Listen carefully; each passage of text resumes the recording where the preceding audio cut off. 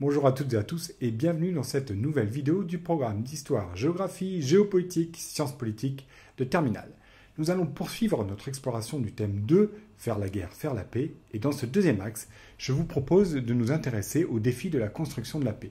Vous êtes prêts? Le drapeau blanc dans la main gauche, la colombe et la branche d'olivier dans la main droite? Ouais, je sais, le budget accessoire est sans doute un peu léger, mais bon, ça fera bien l'affaire. Allez, c'est parti. La paix est un rêve suspendu.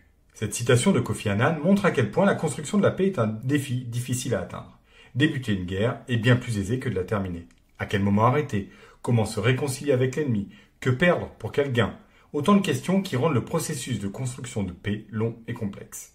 Si à l'époque moderne les États européens privilégient les traités de paix dans le cadre de guerres interétatiques conventionnelles, les conflits actuels, souvent asymétriques et intra-étatiques, impliquant des acteurs non étatiques, nécessitent fréquemment l'action d'une organisation internationale de sécurité collective comme l'ONU.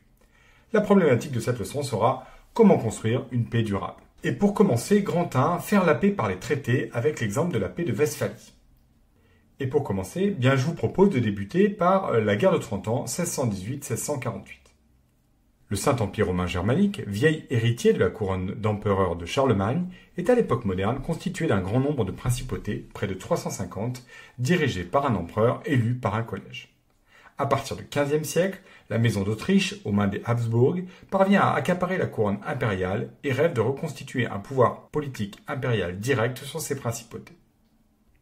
Mais l'apparition des religions réformées, et particulièrement du luthéranisme, divise profondément le Saint-Empire. En 1555, la paix de religion d'Augsbourg consacre le partage de l'Empire entre catholiques et réformés. La guerre de 30 ans débute en 1618 par la défenestration à Prague de deux seigneurs catholiques autour d'un conflit pour la couronne de Bohême et le titre d'empereur entre deux prétendants, l'un catholique, Ferdinand II, sacré en 1617, et l'autre protestant, Frédéric V, choisi après la défenestration. L'empereur Ferdinand II s'empare de la Bohême qu'il châtie fortement. C'est le début d'un conflit qui enflamme l'ensemble du Saint-Empire autour de deux camps, les catholiques sous la direction de l'empereur, les protestants qui se regroupent sous la bannière du roi de Suède qui intervient pour aider les protestants à partir de 1631. La guerre de 30 ans est avant tout une guerre pour des motifs religieux, mais la question politique reste centrale. Il s'agit pour les princes protestants de conserver leur autonomie face à un pouvoir impérial qui rêve d'imposer son pouvoir politique direct. La guerre de 30 ans se télescope avec un autre conflit qui oppose les Provinces-Unies révoltées à l'Espagne depuis 1568. Rapidement, une alliance européenne protestante se forme autour du Danemark et surtout de la Suède pour défendre les princes protestants et les Provinces-Unies dont la religion principale est le calvinisme.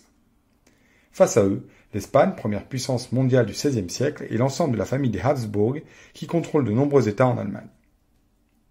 De son côté, la France de Louis XIII et de Richelieu, bien que catholique, soutient discrètement les Provinces-Unies et les protestants du Saint-Empire. En 1635, Richelieu déclare la guerre contre l'Espagne et rejoint l'alliance protestante avec la Suède. La guerre est particulièrement violente et ravage des provinces entières de l'Allemagne.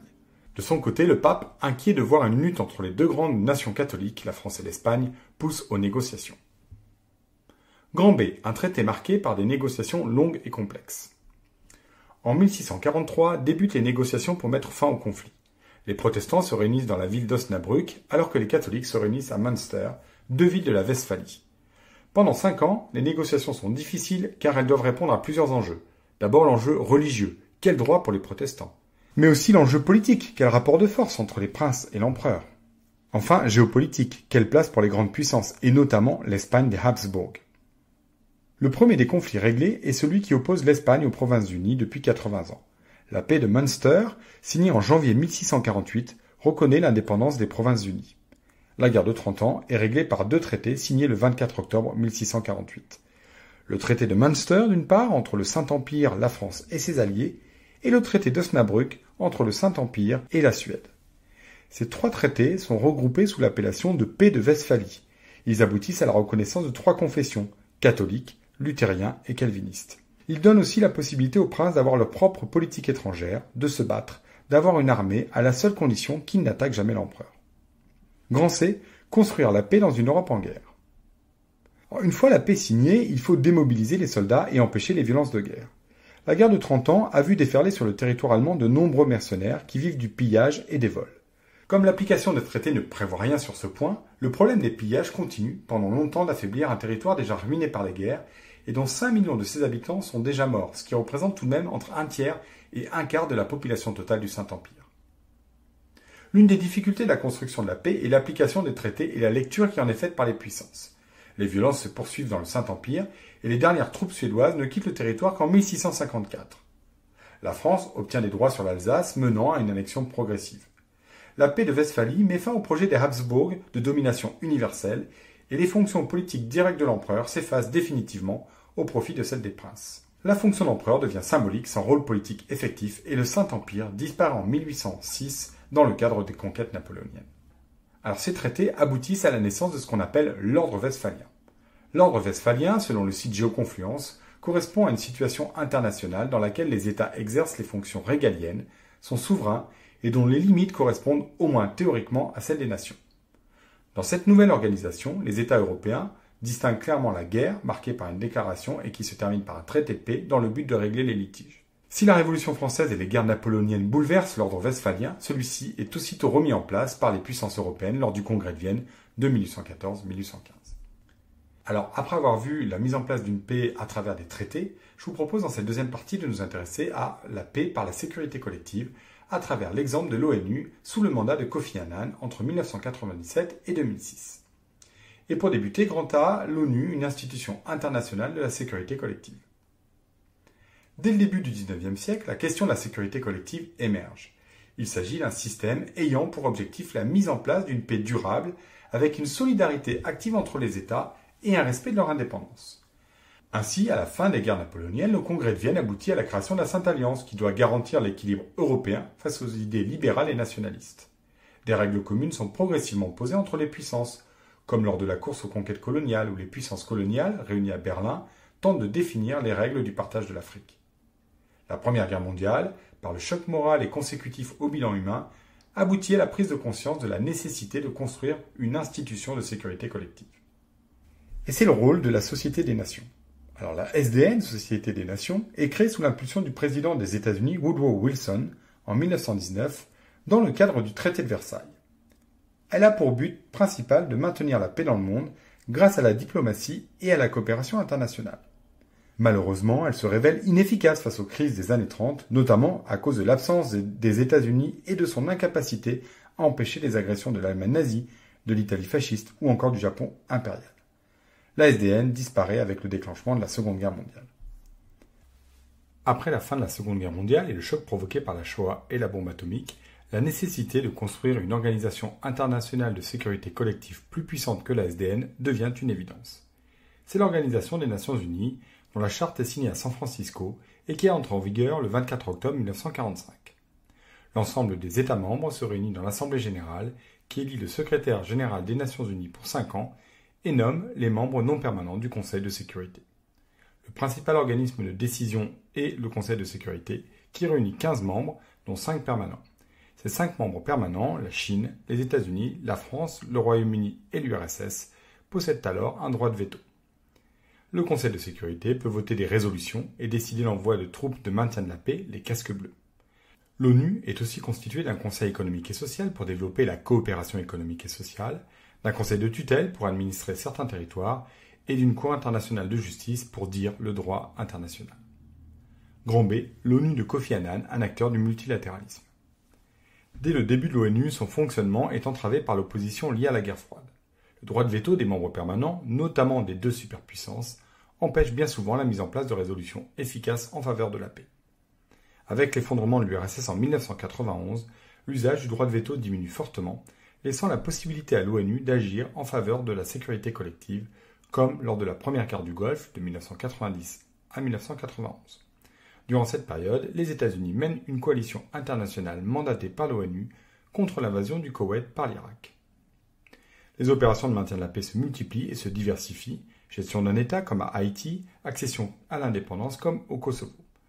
La question du droit d'ingérence est posée par Kofi Annan, secrétaire général de l'ONU de 1997 à 2006 et prix Nobel de la paix en 2001.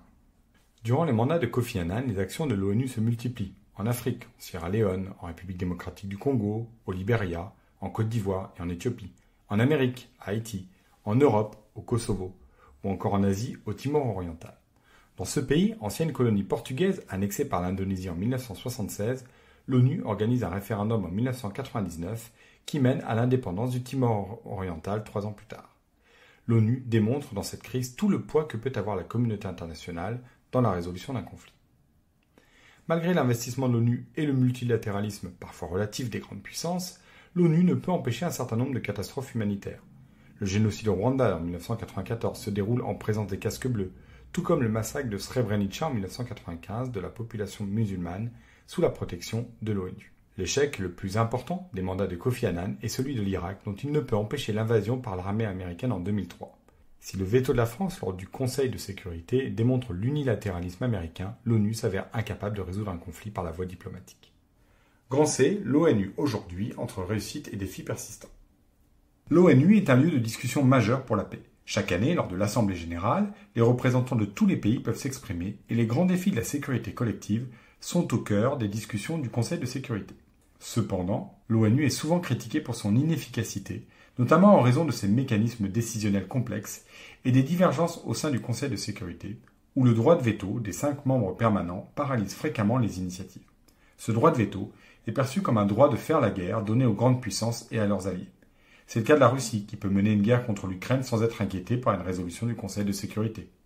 C'est aussi le cas d'Israël, qui bénéficie de la protection systématique des États-Unis, ce qui complique les efforts de médiation des diplomates. Aujourd'hui, l'ONU, on l'a compris, fait face à des défis contemporains d'une ampleur sans précédent. Les conflits armés ne sont plus uniquement interétatiques, mais souvent intra-étatiques, mélangeant guerre civile, terrorisme et intervention étrangère, comme en Syrie et au Yémen, ce qui rend l'action de l'ONU plus difficile. À cela s'ajoutent des menaces globales qui transcendent les frontières nationales. Le réchauffement climatique et les crises migratoires, notamment en Méditerranée et en Amérique latine, créent des défis humanitaires et sécuritaires majeurs pour l'ONU. Le terrorisme international, la prolifération d'armes nucléaires, biologiques ou chimiques, et les conflits technologiques, comme la cybersécurité ou le contrôle des données, sont également des enjeux qui demandent une coopération internationale renforcée. Pourtant, le multilatéralisme prôné par l'ONU est aujourd'hui fragilisé par la montée des nationalismes et des politiques unilatérales des grandes puissances, États-Unis, Russie et Chine notamment. Face à ces défis, la question des réformes de l'ONU et en particulier du Conseil de sécurité demeure cruciale. Plusieurs pays plaident pour une réforme des critères de représentativité au sein du Conseil, notamment en incluant des puissances émergentes comme l'Inde, le Brésil, l'Allemagne ou le Japon en tant que membres permanents. Le blocage répétitif du droit de veto empêche l'organisation de répondre efficacement aux crises, d'où l'appel à limiter l'utilisation de ce droit en cas de crime de masse. Des réformes sur le financement des missions de l'ONU sont aussi nécessaires. Aujourd'hui, le financement des opérations de maintien de la paix dépend en grande partie de la contribution des États-Unis et de la Chine, créant un déséquilibre qui affecte l'indépendance de l'organisation. Alors pour conclure, que pouvons-nous retenir ? Malgré ces obstacles, l'ONU reste la seule organisation internationale capable de rassembler tous les États du monde autour d'un cadre normatif global. Elle prolonge d'une certaine manière l'ordre westphalien établi en 1648 qui consacre la souveraineté des États tout en instaurant des mécanismes de coopération pour résoudre les conflits par la diplomatie plutôt que par la guerre. Toutefois, les défis actuels et futurs, comme ceux liés au changement climatique ou aux technologies émergentes, mettent en lumière la nécessité d'adapter cet ordre à un monde de plus en plus interconnecté où la souveraineté traditionnelle ne suffit plus pour garantir la paix et la sécurité. Et voilà, nous en avons donc terminé avec cette vidéo qui, je l'espère, vous aura permis de comprendre les grands principes de la construction de la paix. Si vous avez des questions, comme d'habitude, n'hésitez pas à me les poser en commentaire ou en classe. Vous trouverez le cours sur mon blog histoiregéoenvideo.fr.